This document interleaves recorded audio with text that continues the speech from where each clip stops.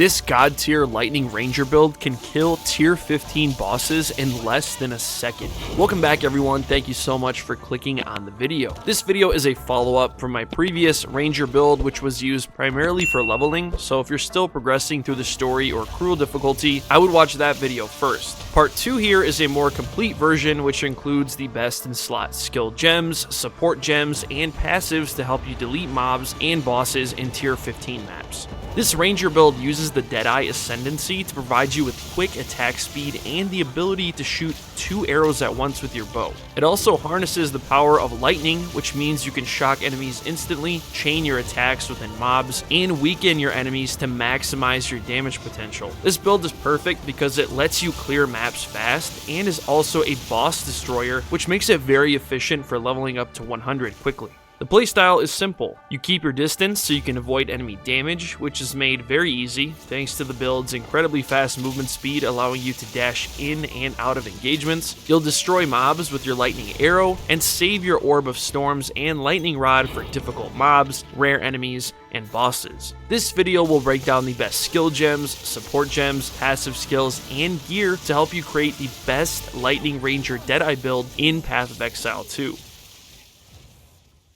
I want to give a special shout out to More Fun Studios and Tencent for allowing me to play the pre-alpha test for the Hidden Ones, which is an upcoming 3D action fighting game that's an adaptation of the martial arts franchise The Outcast.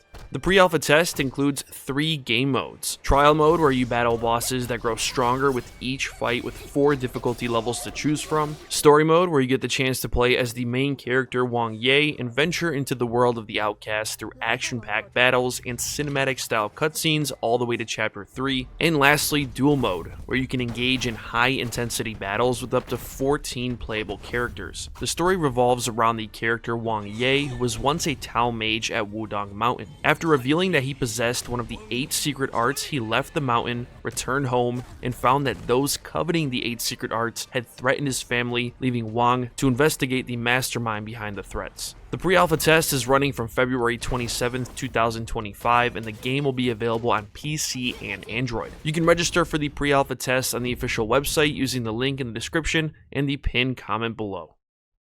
The skill gems on this build are Lightning Arrow, Lightning Rod, Cast on Shock, Herald of Thunder, Orb of Storms, Wind Dancer, Conductivity, and Grim Feast.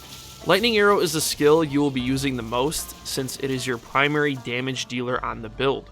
This skill shoots a lightning arrow that creates chaining lightning beams, allowing you to attack multiple enemies at once. It will also shock enemies instantly with this build, allowing you to clear mobs quickly thanks to Herald of Thunder, which casts lightning bolts from the sky every time you kill shocked enemies. This skill's damage can be amplified even further with some best in slot support gems that we'll go over later in this video.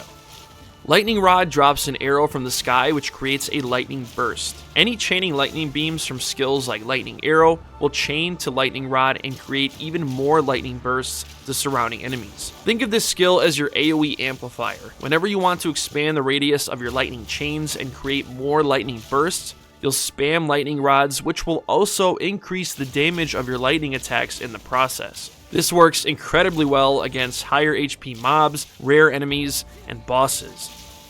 Cast on Shock is one of the newer spirit skills I added to this build. This buff requires 60 spirit to activate, but is well worth the investment since it drastically increases your damage against bosses. This spirit skill allows you to stack energy charges whenever you shock enemies. Once you reach maximum energy capacity, it will automatically trigger any socketed spells within the skill gem. When you socket Ball of Lightning and Conductivity into the Spirit Gem, you'll release lightning ball projectiles that damage enemies with a 750% chance to shock, and you'll also apply the Conductivity Curse, which lowers enemy lightning resistance by 35% to all enemies within the sigil.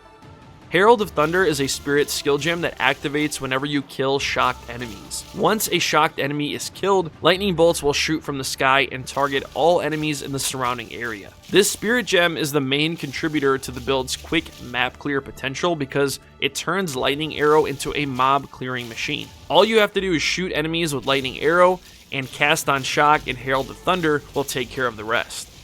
Orb of Storms is an amazing skill to help you clear difficult mobs and delete bosses instantly. This skill drops a lightning orb on the ground that allows you to chain lightning from attacks like Lightning Arrow and Lightning Rod. The more lightning skills you shoot into this orb, the higher the attack frequency will increase. Think of this skill as a lightning battery. The more lightning you shoot into it, the more efficient your lightning skills will be, which will increase your time to kill drastically. Wind Dancer is a defensive spirit skill gem that gives you more evasion on your build, stacking up to 3 times. A level 17 Wind Dancer, for example, will give you 19% evasion per stack, which means you can maintain nearly 60% extra evasion until you get hit with a melee attack. Once hit with a melee attack, Wind Dancer will consume the stacks, deal damage to enemies, and then knock them back in the process. I like this skill because it increases your survivability and stays active when you're hit by ranged attacks. Since you won't be within melee range 90% of the time, you can benefit from this skill consistently. Conductivity is a curse that drops a sigil on the ground that decreases the resistance of all enemies inside by 35%. Like I mentioned earlier, I also have this curse socketed into my cast on shock buff, giving me the ability to cast it automatically or manually when I need to. It's a very simple skill to use whenever you need to break through a rare enemy's lightning defenses, for example, so you can deal more damage and kill them faster. Grim Feast is a spirit skill I added to the build to get a slight boost in survivability. This spirit gem is very simple. Whenever you kill enemies, they drop Grim Remnants, which slowly increase your energy shield, allowing you to overflow your shield to nearly double its capacity. This means if you have 500 energy shield on your build, you can reach up to 1000 energy shield if you pick up enough remnants from enemy corpses. In some cases, the overflowed shield could save you from getting one-shotted in higher tier maps. For Lightning Arrow, I have 4 support gems. Martial Tempo increases the attack speed of the skill by 25%. Lightning Infusion adds 25% extra lightning damage. Innervate adds 35% more lightning damage for 3 seconds whenever you kill a shocked enemy. And Primal Armament adds 25% more elemental damage to the skill.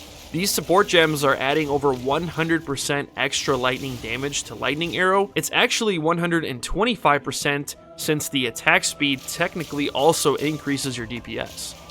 For Lightning Rod, I'm using Scatter Shot, which fires 2 additional projectiles, allowing you to chain lightning bursts even easier. Conduction, which adds a 100% chance to shock enemies. Overcharge, which increases the magnitude of your shocks by 75%, and Lightning Exposure, which lowers enemy lightning resistance by 20% whenever you shock an enemy. Cast on Shock is a meta skill gem that is used to trigger socketed spells whenever you reach maximum energy charges. The first spell I have socketed into this meta gem is Ball Lightning.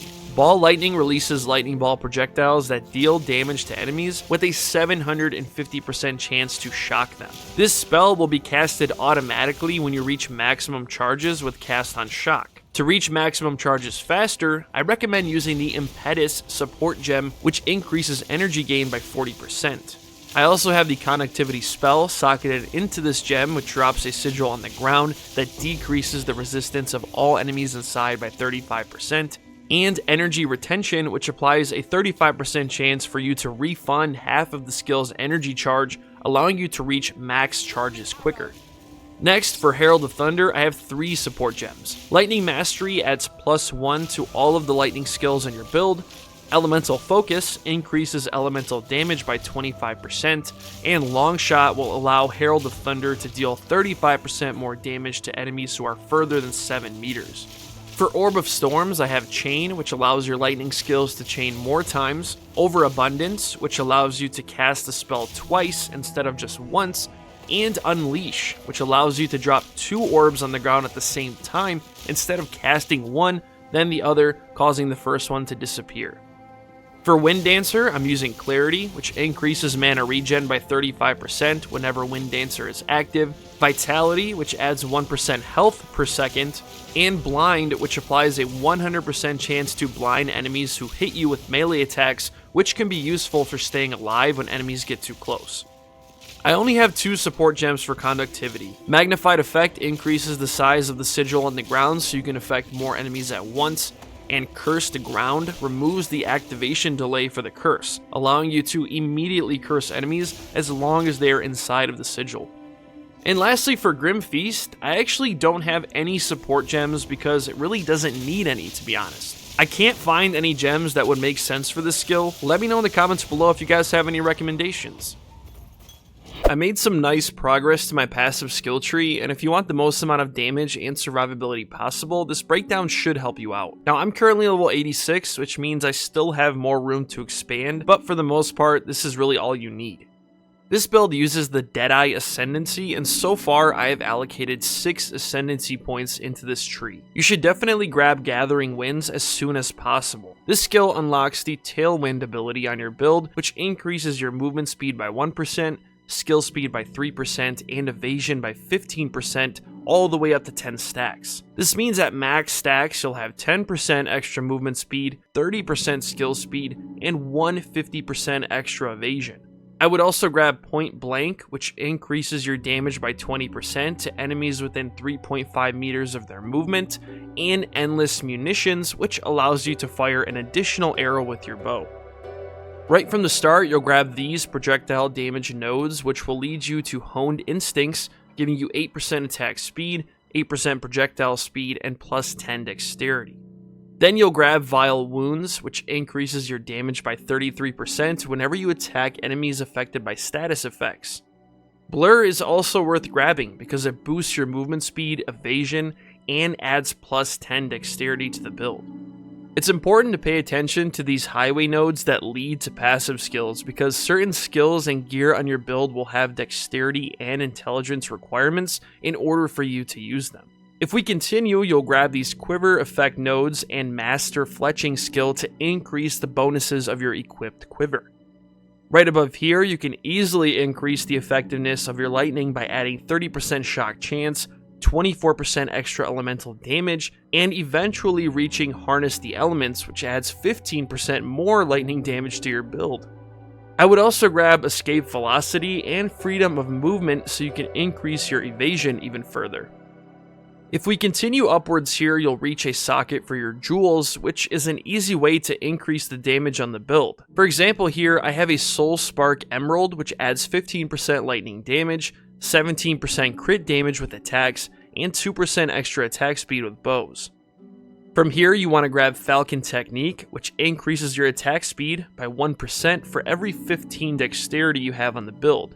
These proficiency nodes here will give you a massive boost to dexterity, bestial skin, and enhanced reflexes will further increase your evasion, and Coming Calamity, which increases lightning damage by 50% whenever Herald of Thunder is active. If you have the points to spare, I would also continue upwards even further until you reach General Electric, which adds a 40% chance to shock and increases attack speed by 5%. And Harmonic Generator, which increases crit hit chance by 25% against shocked enemies, and increases the magnitude of shock you inflict by 40%. If we head back to Escape Velocity and move to the right, you should grab Maiming Strike, which increases attack damage by 25% and applies a 25% chance for you to slow down enemies on hit. I would also grab Frazzled, which increases mana regen rate by 15%, and the magnitude of shock you inflict by 30%. Another jewel I have here is the Vivid Heart Emerald, which increases elemental damage by 14%, projectile damage by 7%, and applies a 6% chance to blind enemies on hit. If you move downward and grab these nodes leading up to acceleration, you can increase your skill speed by an additional 16%, which is really nice. Next, you'll journey all the way down here until you reach some incredible elemental nodes that will give you a massive damage boost to your lightning skills. Lightning Rod makes your non-critical damage hits lucky, which means your hit damage will roll twice, applying the higher value each time. Flash Storm increases shock chance by 30% and lightning penetration by 15%. Emboldened Avatar increases shock chance even further by 25%, and Forces of Nature penetrates 15% of an enemy's elemental resistances. Gear and stats are very important if you want to do a lot of damage and stay alive. I got all of my gear from the official Path of Exile trading website, and you can do the same. If you have Exalted Orbs, Head to the trading site using the link in the description. Filter the gear and modifiers you need, and make your character stronger. Before we take a look at gear pieces, there are some important character stats to consider when you're trying to make a powerful ranger build. First off, evasion is your main priority. The higher your evasion, the less likely it will be for enemies to land their attacks on you. Every piece of gear you wear should have evasion rating and energy shield for maximum survivability. Another important note is resistances. When you reach endgame, resistances are capped at 75%. Every piece of gear you wear should have some type of resistance on it, whether it's fire, cold, lightning, or chaos. If you're running maps and constantly getting one-shotted by fire, ice, or lightning, chances are your resistances to those elements are very low. I bet some of you might even have negative resistances without even knowing it. So please just keep these things in mind when you're gearing your ranger. For my bow, I'm using the Honor Blast Expert Composite Bow with 20% quality, 171 to 286 physical damage, 1 to 59 lightning damage, and 5% crit chance. I purchased this bow from the trading website and it cost me 10 exalted orbs, but it was well worth it. It has 3 rune sockets with 3 iron runes providing 60% extra physical damage. For modifiers, I have 131% physical attack damage, 2 to 59 lightning damage, 68% elemental damage, plus 3 level to all my projectile skills, making lightning arrow and lightning rod skills stronger, and plus 26 dexterity. My quiver is the Beast Bar Broadhead Quiver with 2 to 15 lightning attack speed, 59% increased damage with bow skills, plus 28 accuracy, 26% crit hit chance, and 24% crit hit damage. For my amulet, I have the Onslaught Braid Bloodstone Amulet with 20% quality. This amulet actually comes with the Relentless Vindicator effect, which adds 10% attack damage, 10% crit chance, and plus 5 strength and intelligence. For modifiers, I have 18% increased evasion rating, 40% increased energy shield, plus 49 spirit, 10% fire resistance, 18% lightning resistance, and 57% mana regen rate, which is very important. My first ring is the Corpse Coil Iron Ring with 1 to 4 physical damage to attacks, 1 to 21 lightning damage to attacks, 30% increased lightning damage, 57 max life, 14% fire resistance, and 30% mana regen rate. My second ring is the Maelstrom Knot Gold Ring with 6% increased rarity of items found, 1 to 12 physical damage to attacks, 1 to 38 lightning damage to attacks, 24 max mana, 25% fire resistance, and 64% mana regen rate. My helmet is the Gollum Crest Advanced Shabby Hood with 20% evasion and energy shield, 159 evasion rating, 92% increased evasion rating, 156 max mana, plus 11 dex, 21% cold resistance, and 20% lightning resistance. For body armor, I have the Rapture Mantle Expert Wayfarer Jacket with 40% increased evasion and energy shield, 68% extra evasion and energy shield, 47 spirit, plus 28 dexterity, 31% cold resistance, and 40% lightning resistance. My gloves are the Behemoth Knuckle Advanced Spine Bracers with 20% increased evasion and shield, 7 to 10 physical damage, 1 to 14 lightning damage, 157 mana, 31% fire resistance, and 29% cold resistance. For the belt, honestly, just use any belt that will increase your resistances. Mine is giving me 25% cold resistance and 28% lightning resistance. Ideally, I would want a belt that provides 3 charm slots, but it's just way too expensive and very difficult to find right now. And lastly, Nemesis Pace Advanced Leather Skin Boots with 30% increased movement speed, 94% increased evasion rating, 122 max mana, 12% cold resistance, 12% lightning resistance, and 48% less shock duration. Thank you all so much for clicking on this video and watching it all the way until the end. If you are planning on making a monk build as well, I have a monk build series on the channel that will show you how to make the best lightning ice monk build all the way from Act 1 to endgame mapping. Let me know in the comments below which class you want to see a build series for next. Just a friendly reminder, the pre-alpha test for the Hidden Ones is running from February 27, 2025, so if you want the chance to play, check the link in the description below. The game is incredible. I can't wait for it to come out. If you enjoyed this Ranger guide, a thumbs up would be greatly appreciated. It helps the channel grow, and it will recommend the video to more people. If you want to see more Path of Exile 2 build guides in the near future, make sure you subscribe and turn on those bell notifications. Thanks for watching, everyone.